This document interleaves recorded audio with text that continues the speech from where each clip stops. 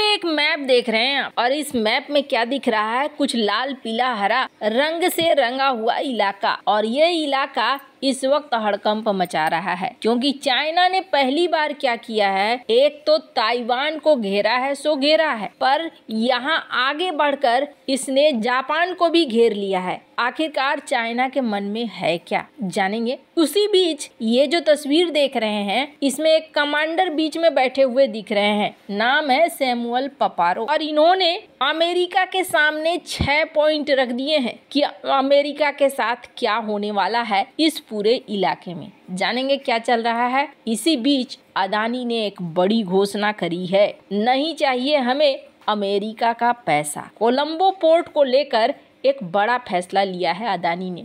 Geopolitics में बहुत कुछ चल रहा है। हमेशा की तरह CIS न्यूज नेटवर्क के इस एपिसोड में जानने को मिलेगा बहुत कुछ। आइए जानते हैं इन खबरों को विस्तार से। ऐसा है कि ताइवान धीरे धीरे अपने कदम को बढ़ाता जा रहा है, और ताइवान ने हाल ही में हवाई की यात्रा की, गुआम की यात्रा करी। अमेरिका के प्रतिनिधियों से ताइवान के जो राष्ट्रपति हैं लाई, ये मिले। विलियम लाई के इन मुलाकातों से सबसे ज्यादा चाइना चिढ़ गया। चाइना ने क्या किया है, जो 10 साल में कभी नहीं हुआ था, वो काम चाइना ने किया है। इस बार चाइना ने ताइवान को बहुत ही अच्छे तरीके से घेरा है, और न सिर्फ ताइवान को घेरा है, बल्कि इन्होंने जापान को भी घेर लिया है। स्क्रीन पर अगर इस वीडियो को आप ध्यान से देखें तो इस वीडियो में आपको दिखाई देगा कि किस तरीके से इसने पहले ताइवान को घेरना शुरू किया था। जब शुरुआती दौर था अगस्त का या मई का, अक्टूबर तक ये सिर्फ ताइवान को घेर रहे थे। इसमें ये जापान की तरफ नहीं बढ़ रहे थे, ये जो नीले हरे ब्लॉक दिख रहे हैं। पर अब इन्होंने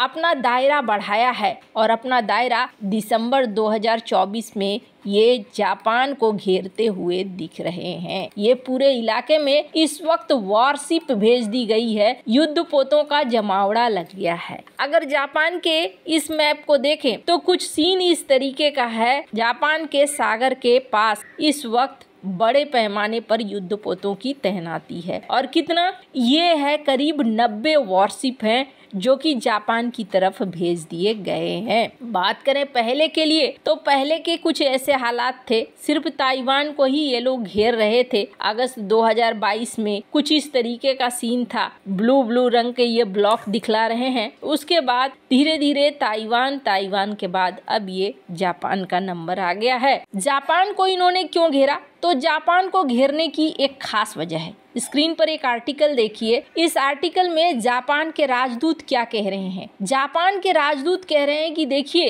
ताइवान का होना बहुत जरूरी है जापान के लिए, और ये एक बार नहीं, अगर इनके शब्द को पढ़ेंगे, ये कहते हैं वेरी वेरी इम्पोर्टेंट। 2 बार ये यहाँ पर आने की कोशिश कर रहे हैं कि ये बहुत ज्यादा महत्वपूर्ण है, और इसके पीछे ये कारण क्या बताते हैं, आखिरकार इतना महत्वपूर्ण क्यों है। तो वो कहते हैं, देखिए, ताइवान रिप्रेजेंट करता है डेमोक्रेसी को, ह्यूमन राइट्स को, नियम के कानून को, और इस वजह से ताइवान का होना बहुत जरूरी है। ताइवान और जापान के बीच में अच्छे खासे रिश्ते भी हैं, हम लोगों का अच्छा खासा व्यापार भी है, हम लोगों का एक दूसरे के लिए टूरिज्म सेक्टर भी है। सब कुछ अगर देखें, हमारे रिश्ते इनके साथ बहुत अच्छे हैं। दरअसल जापान क्या सोचता है, जापान ये सोचता है कि चाइना अभी ताइवान को लेकर आगे बढ़ा है, चाइना का विवाद जापान के साथ भी है, ताइवान का मामला निपट जाएगा तो फिर ये जापान की तरफ बढ़ेंगे,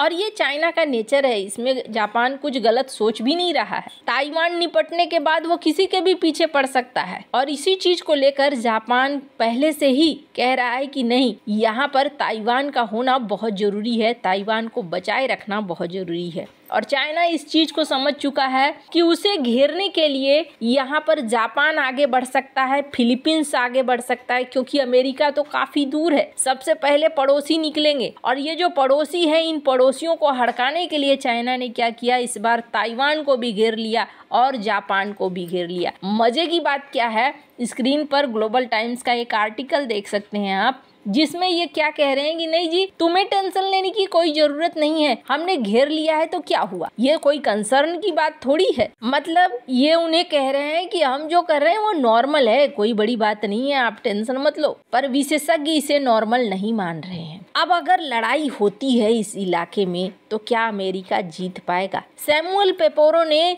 6 पॉइंट रख दिए हैं। इन्होंने कहा कि देखिए ये तो बढ़िया है, इस वक्त इंडो पैसिफिक की बात करें तो फेवर हमारे देश की तरफ है, लेकिन जिस तरीके से यूरोप और मिडिल ईस्ट में चल रहा है। दूसरे पॉइंट में इन्होंने कहा है अमेरिका को प्रिपेयर रहना होगा। तीसरे में इन्होंने कहा है कि अगर हम बड़े बड़े हथियारों की बात कर रहे हैं तो बड़े बड़े हथियार कम काम आने वाले हैं, ड्रोन यहाँ ज्यादा काम आने वाले हैं। चौथा इन्होंने कहा है कि 2027 के लिए चाइना ने अपने सेना को तैयार रहने के लिए बोला है, लेकिन कोई डेट नहीं है, हो सकता है कभी भी ये चीज हो जाए। फिर पांचवा इन्होंने बोला है कि फिलीपींस के अंदर हमें रणनीतिक बेनिफिट को बढ़ाने की जरूरत है। छठा इन्होंने बोला है कि नॉर्थ कोरिया का यहाँ इन्वॉल्वमेंट हो सकता है। तो इन सारे के बीच में इन्होंने अमेरिका को चेताया है कि चाइना के साथ हमारे टेक्नोलॉजी के अंतर काफी तेजी से कम हो रहे हैं और ये भविष्य के लिए ठीक नहीं है। खैर, जहाँ एक तरफ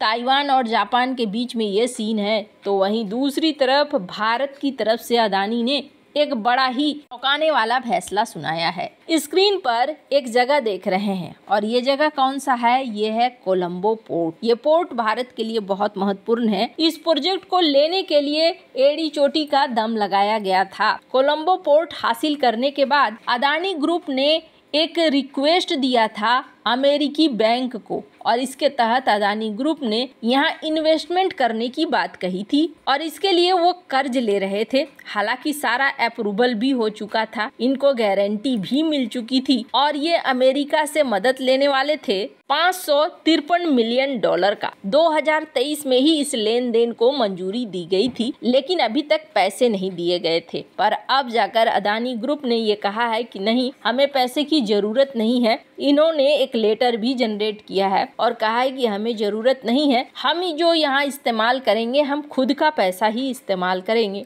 और खुद के पैसे के हिसाब से यहाँ काम करेंगे। यहाँ पर श्रीलंका में तेजी से काम चल भी रहा है। इस बात को माना जा रहा है कि नए टर्मिनल का काम अगले साल के शुरुआत तक चालू होने की उम्मीद है। इस बीच अनुरा दिसानायके भारत भी आ रहे हैं, जो श्रीलंका के राष्ट्रपति हैं। पहले तो एक डर बना हुआ था कि अनुरा क्या फैसला लेते हैं, हालांकि अभी भी ये डर बना हुआ है। पहले भी इन्होंने कहा था कि बहुत सारे ऐसे प्रोजेक्ट होंगे जिसको मैं बंद कर दूंगा, पर अभी तक इन्होंने बंद किया नहीं है। अब देखना होगा कि अदानी ग्रुप ने अमेरिका का मदद लेने से इनकार तो कर दिया है इस प्रोजेक्ट पर, लेकिन डोनाल्ड लू भी श्रीलंका घूम फिर कर पहुंचे हैं। ऐसे में आगे इस प्रोजेक्ट को लेकर क्या होता है, पर फिलहाल के लिए अदानी ग्रुप इस प्रोजेक्ट को अपने दम पर करने की बात कह रही है। वैसे आपको क्या लगता है इन सब मामले में, आपकी क्या राय है? कमेंट कर जरूर बताएं। जल्द मिलते हैं अगले वीडियो में नई खबर के साथ।